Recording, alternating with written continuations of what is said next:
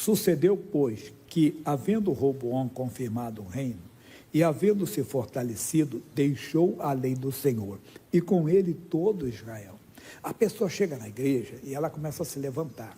E ela começa a encontrar realmente Deus. Mas tem momento que ela começa a deixar a lei do Senhor, porque ela acha que já é crescida. Já viu alguém falar assim, o jovem, a moça, o rapaz, sou dono do meu nariz, né? Mais ou menos, e a pessoa começa a abandonar a palavra de Deus. Qual é a tática do diabo? Tirar você da lei do Senhor. Claro que a lei do Senhor para nós não é a lei de Moisés, é a lei lá que fala em Tiago, capítulo 1, versículo 25. O que diz lá? Aquele, porém, que atenta bem para a lei perfeita da liberdade, e nisso persevera, não sendo ouvinte esquecido, mas fazedor da obra, esse tal será bem-aventurado no seu feito. Então, para nós é o Evangelho, que é a lei perfeita da liberdade. O diabo cria situações para você deixar a lei do Senhor. Desculpe ser tão repetitivo, eu falo mágoa, né? Ódio. O diabo usa alguém da família, às vezes para te magoar, para te ferir, para te machucar, alguém para te dar um prejuízo. O que ele quer? É muito mais do que ferir você. É tirar você da lei do Senhor. Porque no Evangelho, no passado, era dente por dente, olho por olho. No Novo Testamento, não. Jesus explicou isso para nós, lá em Mateus, capítulo 5, versículo 43. Veja-se 43 e 44. Olha o que ele diz: ouviste que foi dito, amarás o teu próximo e aborrecerás o teu inimigo? Olha o 44, eu porém vos digo, quer dizer, a lei perfeita da liberdade, eu porém vos digo, amai os vossos inimigos. Nós aprendemos que amar, entenda bem, não é melação de beijinho no rosto, não. Amar é querer bem. Nós devemos querer bem a pessoa que fez até um mal para nós, né? Bendizei os que vos maldizem, quer dizer, falou de mim, bateu, levou, não entra nessa não. Fazei bem aos que vos odeiam e orai pelos que vos maltratam e vos perseguem. Duas coisas importantes no imperativo, amai e orai. Então, aí quer dizer, o sentido aqui não é um pedido, é um mandamento. Deus está mandando você amar o seu inimigo. Deus está mandando você orar por aquele que te persegue, te maltrata. Quando você não faz isso, o que acontece? Você está deixando a lei do Senhor. Deu para entender? Que você não se prostitui, não se droga, não se embriaga, entenda bem, não defrauda ninguém, mas você deixa, quando você permite o ódio entrar no seu coração, você permite esses sentimentos tomarem conta de você. Você tem que guardar o seu coração, não permitir que essas coisas aconteçam. Olha aqui o que está dizendo aqui: e com ele todo o Israel. A verdade é que nós temos a promessa. O missionário R.R. Soares, ele diz, uma mensagem que ele deu, a Bíblia diz: crê no Senhor Jesus Cristo, serás salvo tu e a tua casa. Quando você está andando com Jesus, você está cobrindo a sua família com a sua fé. Você está cobrindo a sua família com a sua oração. Você está cobrindo a sua família por causa da sua crença em Deus. Então a família está debaixo da sua autoridade espiritual. Quando o diabo consegue tirar você da lei do Senhor, ele consegue tirar você do caminho do Senhor. Aí o inimigo vem. Então o missionário explicando. Jesus disse: eu sou o caminho, a verdade e a vida. Fora do caminho está o inimigo para roubar, matar e destruir. E muita gente cai nessa cilada. E isso não foi bom. Por quê? Vamos continuar a leitura.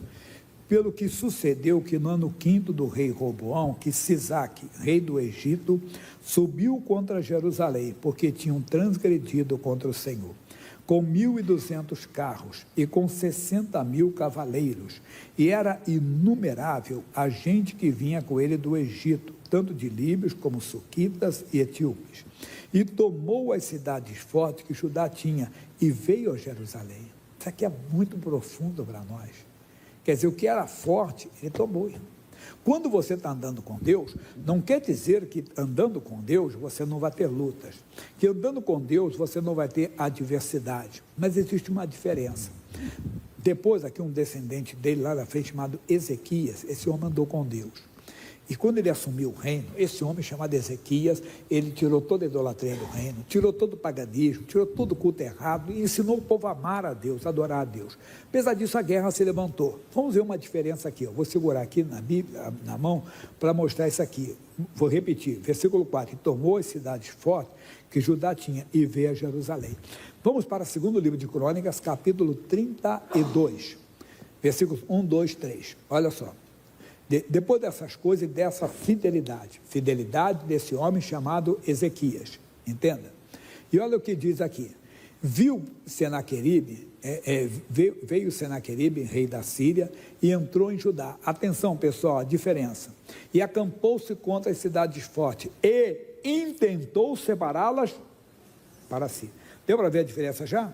Vamos voltar aqui. Olha aqui, como é que diz aqui. Ó, tomou as cidades fortes que Judá tinha e veio. Quando você está andando com Deus, o inimigo pode até tentar. É a intenção dele, mas não consegue. Ezequias resistiu, foi firme, reuniu o seu povo e disse, pessoal, não temais, nem vos espanteis por causa do rei da Síria, nem por causa de toda a multidão que está com ele. Por quê? Porque maior é o que está conosco. Ele falou isso para o seu povo descansou. Aí o inimigo ficou furioso, mandou aumentar a ameaça. Sabe o que ele fez? Orou com o profeta Isaías. Deus mandou um anjo que destruiu o exército do inimigo, que eram 185 mil homens. Mas o que eu quero mostrar é essa diferença entre aquele que serve a Deus e aquele que não serve. Como fala o livro de Malaquias, capítulo 3, versículo 18. Ele diz, então vereis a diferença entre aquele que serve a Deus e aquele que não serve. Aqui o inimigo tentou, no Ezequias. Aqui não, no Robão ele já veio e tomou. Por quê? Porque a porta está aberta, porque ele estava fora do caminho. Quando você anda com Deus, repito, não é que você não vai ter lutas, você não vai ter adversidade, mas o inimigo não consegue destruir você, ele não consegue se apoderar de você, você resiste, você é valente, você fica firme e o inimigo foge de você. Voltando para a leitura aqui, 5 agora. Então veio Semaías, o profeta, a Roboão e aos príncipes de Judá, que se ajuntaram em Jerusalém por causa de Sisaque, e disse-lhes, assim diz o Senhor, vós me deixastes a mim, pelo que eu também vos deixei nas mãos de Sisaque. Ô irmãozinho, isso aqui é profundo para nós. O quê? O que a Bíblia está mostrando. A maldição sem causa não se cumpre. Lá no livro de Provérbios, capítulo 26, versículo 2, é que eu estou citando para você, 26, 2. Como pássaro no seu vaguear, como andorinha no seu voo. Vamos lá? Assim, a maldição sem causa não virá. Se a maldição está vindo, porque existe uma causa. E no caso deles aqui, é específico em dizer que eles abandonaram a lei do Senhor, somos nós. Mas Deus, por que isso está acontecendo comigo? Verifique se em algum setor, em algum momento, você não desprezou a direção dada por Deus. Você não desprezou aquilo que está escrito na Bíblia. E volta. Aí se teve o lado errado, teve o lado bonito. O quê? Então se humilharam os príncipes de Israel e o rei, e disseram, o Senhor é justo.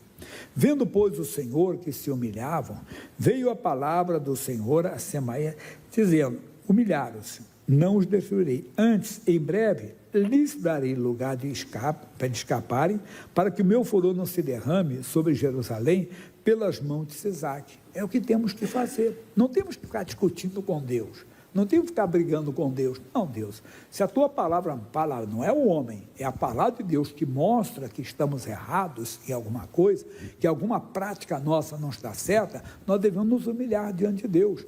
O livro do profeta, o livro de Tiago, lá no finalzinho da Bíblia, capítulo 4, versículo 10. Tiago é antes do Pedro, pessoal. Você tem o último livro, é o Apocalipse, aí você volta, encontra Judas, João,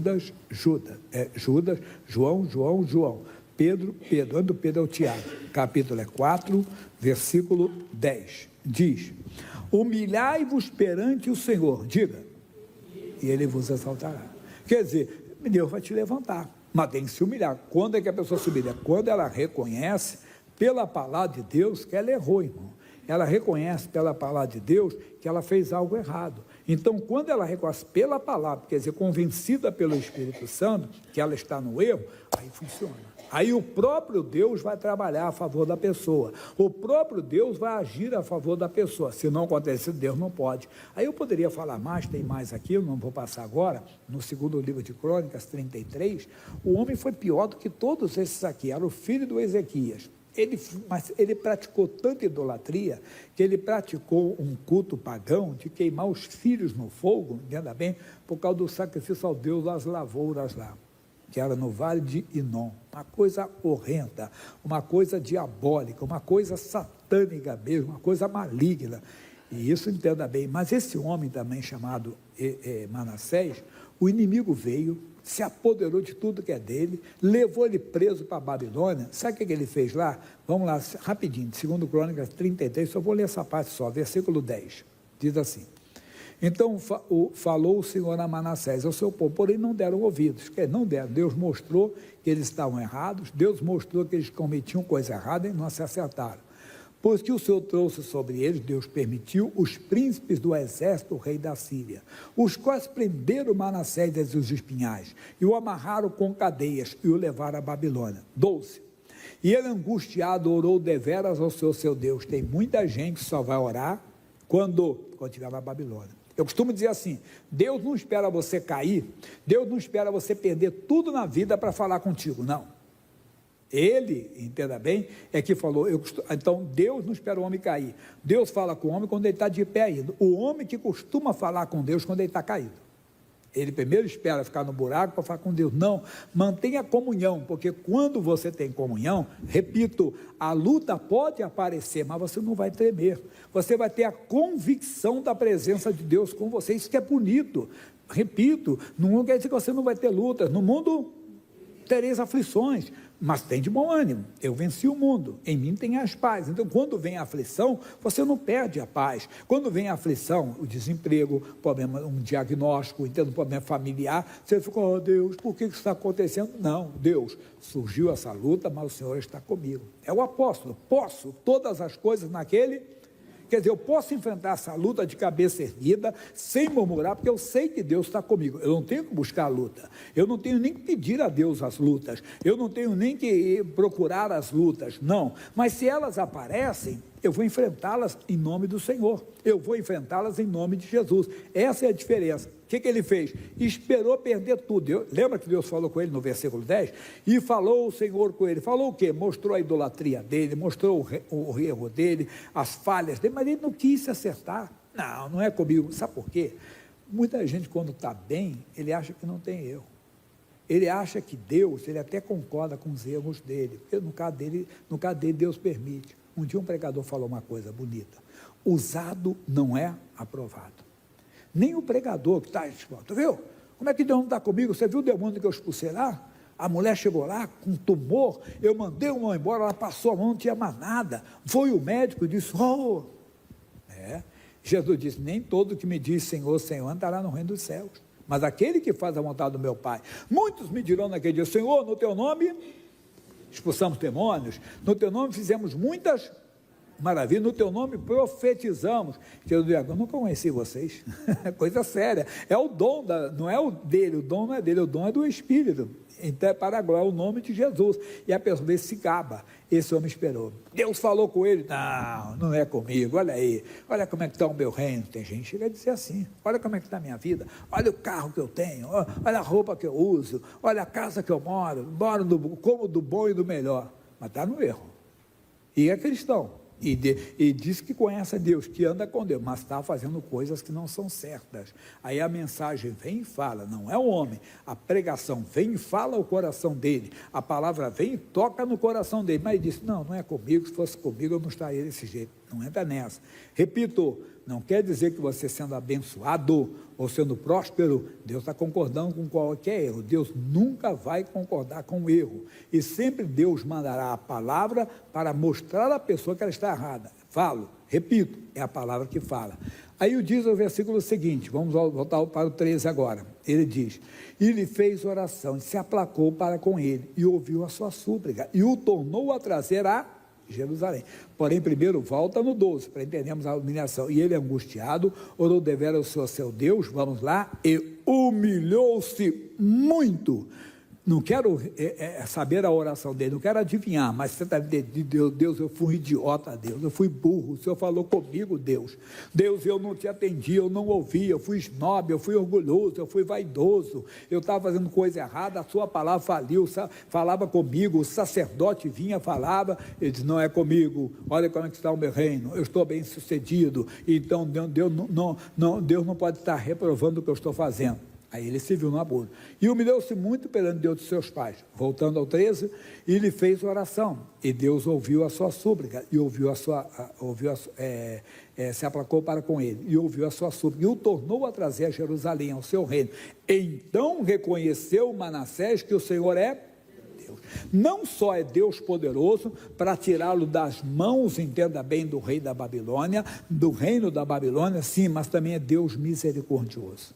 É isso que nós temos que conhecer, esse Deus que é poderoso, mas é misericordioso. Então não fique, se ele mostra que está, se acerte, ele não vai esperar você perder tudo para falar contigo, não, ele fala. Estando no erro, você se acertando, aí ele levanta. Meu irmão, essa é a mensagem inicial, daqui a pouco tem mais, mas seguro que você ouviu, não deixe, esse é o segredo, não deixar a lei do Senhor, não abandonar aquilo que Deus diz, porque quando você abandona, você sai da cobertura do Senhor e com você toda a sua família, pois está escrito, crê no Senhor Jesus Cristo e serás salvo, tu e a tua casa. Quando você sai da palavra de Deus, você descobre toda a sua família. Daqui a pouco vai ter mais. Deixa eu pegar aqui o testemunho para vocês, entenda bem, é um testemunho de 1 minuto e 44. É testemunho, um milagre do Senhor na vida deles através da oração da fé. Foi no sábado, é 1 minuto e 44 só, por favor. Eu estava com muita dor no braço esquerdo que eu não estava nem conseguindo levantar. Olha, passou. Até que altura só levantava? Até aqui. E agora? Agora não tenho mais nada. Glória a Deus. E na hora que o missionário fez aquela oração, eu senti um queimou da minha junta até a palma da mão. Eu até me preocupei, ai meu Deus, será que eu AVC? Eu fiquei preocupada, né? Mas eu fiquei fazendo massagem nas minhas mãos e de repente eu fui pôr a mão aqui, eu não tinha mais nada, que eu só levantava a mão até aqui, essa posição que eu estou. Eu comecei a me mover, comecei a fazer, de repente eu estiquei, eu não tinha mais nada. Foi uma bênção de Deus. Lá na galeria. Oi, pastor. Oi. Tudo bem? Tudo bem. Então, eu tô aqui, né? Caroço. Eu falei, que caroço, né? Mas eu passei a mão na barriga, no umbigo. Acho que tinha uns 15 anos. Uma hérnia enorme aqui desse lado. E agora? Acabou de sumir. O pastor estava perguntando, foi quase no final, né? Aí ainda citou bem caroço. Eu falei, caroço. Aí, e eu nem não me liguei.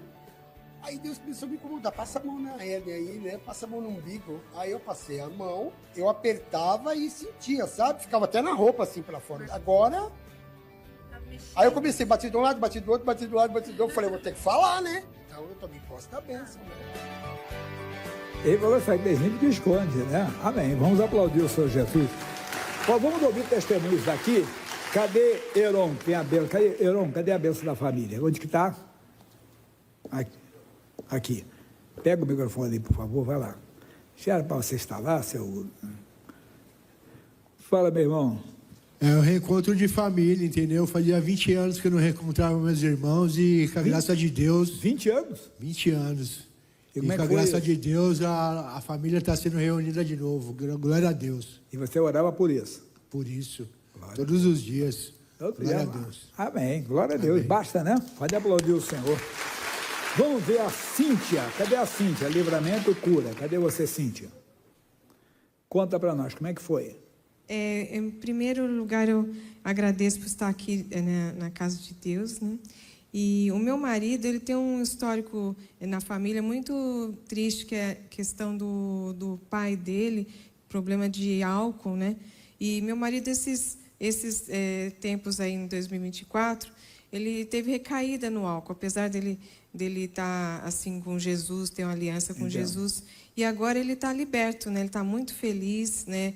Ele tem um trabalho assim muito próspero, e um testemunho que eu quero contar é do patrocinador. Eu e o meu marido somos um patrocinador, né? E é maravilhoso a gente obedecer a Deus, né? Porque olha, Deus é tão fiel, vocês tiveram chamado, tão fiel que muitos anos, né, que eu patrocino o meu marido, no caso eu sou responsável, né? E por esse patrocínio do meu marido, e olha, eu conheço ele quando namorava ele, não é? E ele não tinha trabalho, era difícil. Ele trabalha por conta, eletricista, ele não tinha, era difícil ter trabalho. E hoje não falta trabalho para ele, não falta. Tem até demais, ele trabalha bastante, né? E é maravilhoso a gente ver a fidelidade de Deus, né? Deus abençoe vocês mais. E outra bênção também, o meu marido, no dezembro do ano de 2023, ele foi um problema de pneumonia, né? E ele ficou no hospital. Ele não tem convênio, mas ele ficou num dos melhores hospitais da USP, não é? Ele ficou ali entre a vida e a morte. Ele ficou muito ruim, né? Problema na UTI, quase morreu.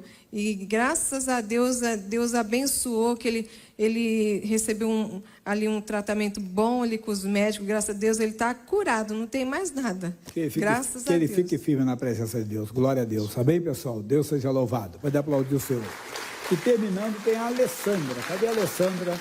Que foi livramento. Fala para nós, Alessandra. Fica de pé, por favor. Fala. Foi assim, pastor. Entraram 2 ladrões na minha casa, renderam a gente. Resumindo, levaram tudo, prenderam a gente dentro do quarto, foram embora. Isso há quanto tempo? Foi 12 de novembro agora. Eu era daqui, agora vai fazer 9 anos que eu moro lá em Pernambuco, Caruaru. E isso aconteceu. E foi lá em Caruaru. Isso. Então. Prenderam a gente dentro do quarto, levaram o carro, levaram tudo. Aí conseguimos nos sair, acionamos a polícia, pegaram o carro, pegaram eles, prenderam o sargento de lá. E para a honra e glória do Senhor Jesus, eu e minha família está bem, porque a gente ficou 2 horas na mão desses assaltantes, dentro da minha casa, eu, meu esposo e minha filha.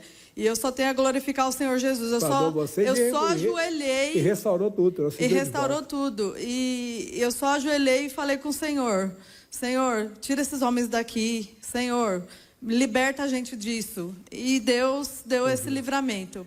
Pastor Jaime. Deus abençoe vocês, guarde vocês sempre, em nome de Jesus. Vamos ficar de pé para cantar um pouquinho com o Fernando de Lima. Vamos lá, ficar de pé um pouquinho, pessoal, para animar e sacudir, não o esqueleto, não, o templo do Espírito Santo, né? Você vê, a pessoa está em São Paulo, vai para Caruaru e diz assim, puxa, é uma vida tranquila, pacata, né? Vamos lá para Caruaru, que é mais tranquilo, muito mais tranquilo, vamos ficar descansados, é uma cidade mais tranquila, vamos sair de São Paulo. Não, né? Você será guardado tanto aqui como Deus guardou lá, guardaria aqui também. Amém? Vamos aqui para Romanos capítulo 12, mas completando o que você ouviu. Romanos 12, que diz, pastor Jaime, é uma coisa natural, a pessoa foi magoada, ficar, não, irmão, nós não podemos ser conforme está dizendo aqui, ó, e não vos conformeis com este mundo. Aqui, entenda bem, é você não ser conforme o mundo. Nós não temos que conformar, ter a mesma forma das pessoas, os mesmos sentimentos que elas têm. Não, pelo contrário, nós temos que olhar para Jesus.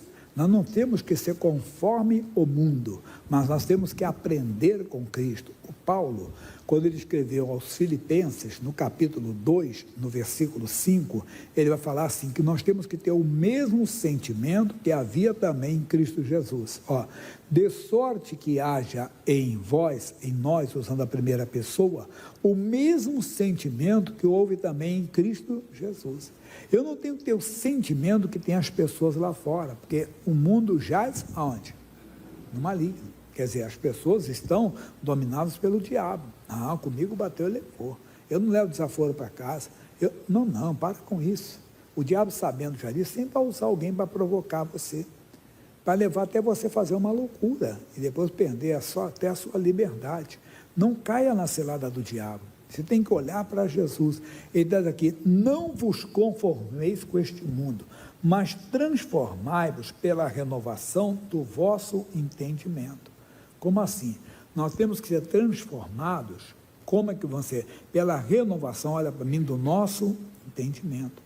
Nós não vamos pensar como o mundo, nós não vamos reagir como o mundo, nós não vamos reagir como as pessoas que agem nesse mundo, como eu falei, bateu, levou. Não, nós vamos usar a autoridade, nós vamos usar o poder que há no nome de Jesus para combater o mal, não fazer como o mundo faz.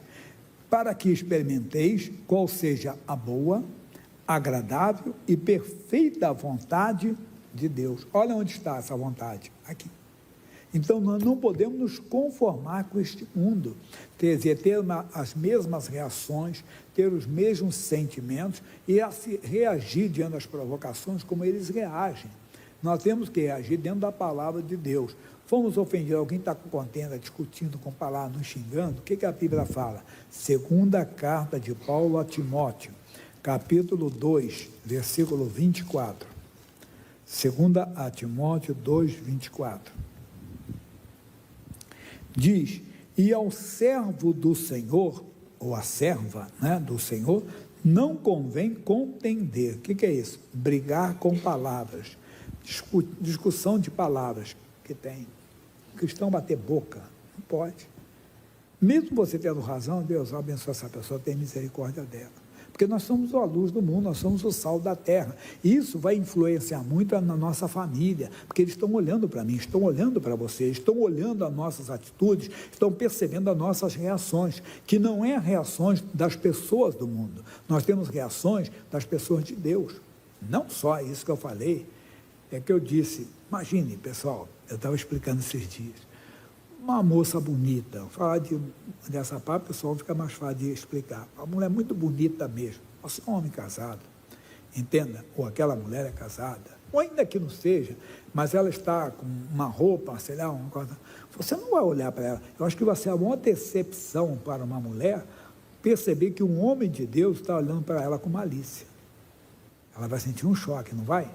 Esse cara é da igreja, essa é um cristão, imagine se isso é percebido pela sua família. Então, a reação nossa, né? Mas sabe como é que é? Não, para com esse negócio, você é homem de Deus, como mulher de Deus. Você não tem que ter as reações que o mundo tem, diante das tentações, das investidas do diabo. Mas vamos voltar no outro campo. Quer dizer, eu também não tenho que discutir com as pessoas como os outros discutem. Por quê? Eu não sou conforme ao mundo, você não é conforme ao mundo. Eu fui renovado pelo entendimento para eu experimentar aqui, quer dizer, como é o padrão bíblico, como é o padrão de vida de um cristão. E não é ruim, não. Você vai notar com o tempo que estar com Cristo é o quê, pessoal?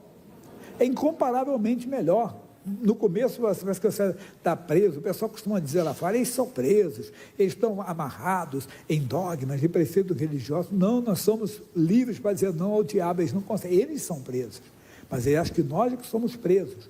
Quer dizer, que não vamos satisfazer um prazer, não, porque nós já crucificamos a carne com as suas paixões, nós agora andamos segundo a vontade de Deus, que é segundo o padrão bíblico, por isso que nós não xingamos uma pessoa, ainda que ela esteja no erro. Imagina uma mulher que deu em cima do marido da outra, de vez em quando xingar a mulher, não, ela vai orar, Deus tenha misericórdia dessa mulher. Que ela se conheça, Senhor, que ela se arrependa, que ela conheça realmente o Salvador, que ela conheça uma nova vida em Cristo. O que é uma nova vida em Cristo? É muito bonito isso aqui. Aí diz assim, não convém contender, mas sim ser manso com todos não tem exceção. Não é só com os de casa, não, com os de fora também. E às vezes nós somos mansos com as pessoas de fora e não somos mansos com a pessoa de casa. Ali está o nosso escape, né? Ali que nós conseguimos dar os nossos gritos, porque no trabalho não vamos dar, que estão debaixo da autoridade de alguém, ou queremos manter um padrão, queremos manter uma imagem, né, de pessoas de Deus, mas em casa nós, como diz, chutamos o pau da barraca, em casa tem gritaria, em casa tem, não é bom isso não. Exercer manso para com todos, com os de fora, mas principalmente com os de dentro, porque eles estão convivendo conosco. E quantas vezes as nossas reações mundanas, quer dizer, normais do mundo, atrapalham a nossa oração. Eu falo assim, a pessoa está fazendo buraco na água, sai mal, vai embora, está amarrado em nome de Jesus. Mas não está funcionando, por quê? Por causa desses destemperos, desses descontroles que às vezes temos, nós, quando eu estou falando nós, eu estou incluído. Quer dizer, isso atrapalha, porque assim, poxa, minha mãe disse que é da igreja, deu um berro lá, o meu filho quer que eu vá para a igreja, mas o berro que ele deu comigo, não sei mais o que, olha aquilo que dá, temos que tomar cuidado. Nós temos que ser manso para com todos, apto para ensinar, sofremos, principalmente com aqueles que não querem ouvir. Olha o que ele vai dizer, instruindo com mansidão os que resistem. a ver se porventura Deus lhe dará arrependimento para conhecer a verdade. Quer dizer, nós temos que orar para essas pessoas terem o arrependimento, conhecer o arrependimento, para que aceitem o arrependimento, que é um dom de Deus, dado, e a pessoa não rejeite isso, quando vem aquela tristeza, porque quando vem de Deus, é para o arrependimento. Quando não é de Deus, é para a morte. A pessoa tem depressão, já viu, a pessoa vai encher a cara, né? Vai procurar uma coisa para se distrair, mas quando vem de Deus, nem vai buscar Deus. Deus, eu não tenho agido como homem de Deus, eu não tenho agido como mulher de Deus, o Senhor tem misericórdia de mim, me muda em mim o que tem que ser mudado, tira de mim o que tem que ser tirado, acrescenta em mim o que tem que ser acrescentado, e você vai ver que é lindo isso aqui. É muito bonito agir dessa maneira, quando você conhece a Deus. Versículo final diz: e tornarem a despertar, desprendendo-se dos laços do diabo, em cuja vontade eles que nos xingam, que nos afrontam, entenda bem, ou que até debocham, até escarnecem, mas nós temos que ter manso com eles, aptos para ensinar, sofredores. Vamos sofrer, vamos passar essas lutas, mas vamos vencer, nós vamos conseguir vencer, isso é muito importante. Aí nós vamos terminar essa parte já, entenda bem, e eu vou lá na frente só um pouquinho, quando eu falei da vontade de Deus, que ela é boa, perfeita e agradável. Você vai ver isso assim, olha o que diz, lá em Provérbios, capítulo 14, versículo 12. Isso aqui é bem conhecido nosso, Provérbios, capítulo 14, 12. Há caminho que ao homem parece direito, mas o fim deles são os caminhos da morte. Então, abandone esses caminhos da ira, das discussões, dos palavrões, e entra no caminho de Deus, da santidade, da mansidão, da paz. Não que você não vai ter autoridade, você é pai, tem que ter autoridade, mãe tem que ter, entenda bem, haver um gestor, tem que falar com a autoridade, com a pessoa, mas sem a estupidez, quer dizer, sem mostrar o destempero, que isso atrapalha a nossa comunhão. Rapaz, como é que você fala? Você estava tão grosso comigo ontem, como é que você quer falar de Jesus, que Jesus me ama? Jesus me ama e você não me ama? Você me xingou ontem? Não te xinguei, não, você me tratou com grosseria. Então, nós temos que vencer a nós mesmos. O que nós notamos na segunda parte? Vamos voltar para a primeira. A primeira parte nós aprendemos, não saia da lei do Senhor. E a segunda parte, seguir essas instruções do Senhor para darmos bom testemunho, para as pessoas verem, perceberem que uma vida com Cristo é uma vida prazível, que a vida com Cristo é uma vida prazível, que eles vão desejar procurar a Cristo, principalmente quem nos conhece, as pessoas que nos conheceram antes, como éramos? Éramos talvez grossos, né, estúpidos, ou então pessoas amedrontadas, pessoas inseguras. Hoje não, somos pessoas seguras, pessoas valentes no dia da adversidade. Amigo, estou sabendo da sua doença, rapaz, que luta, mas Deus está comigo para mudar essa história. Fiquei sabendo do seu casamento, do seu marido, da sua mulher, do seu filho, rapaz, que luta, mas Deus está comigo, eu estou buscando a Deus para mudar essa situação. É diferente, quer dizer, aquela pessoa insegura, aquela pessoa murmuradora, não tem mais não. Como também agora é aquela pessoa mansa, aquela pessoa que tem domínio próprio, e aquela pessoa vai vencer. Pastor, isso é utópico, né? Isso é o evangelho, irmão. Quem é o poder de Deus para a salvação, para mudar a pessoa, para transformar a pessoa.